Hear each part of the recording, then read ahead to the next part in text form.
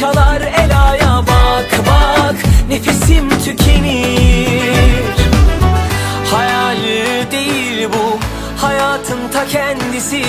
Aşkımız şimdiden, aşkların efendisi.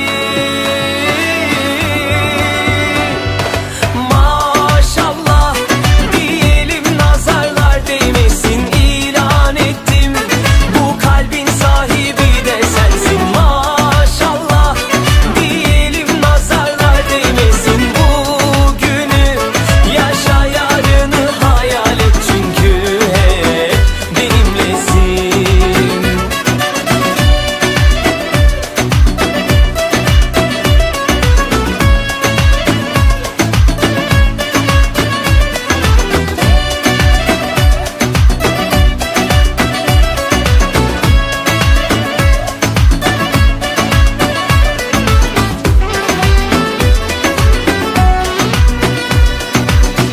Ne kadar güzelsin, doyamam bakmalara. Sen benim her şeyimsin, sığdıramam sayfalara. Yaz yaz, kalemim tükenir.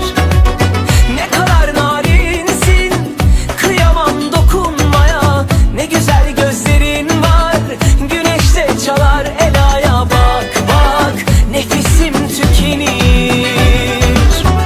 Hayal değil bu, hayatın ta kendisi. Aşkımız şimdi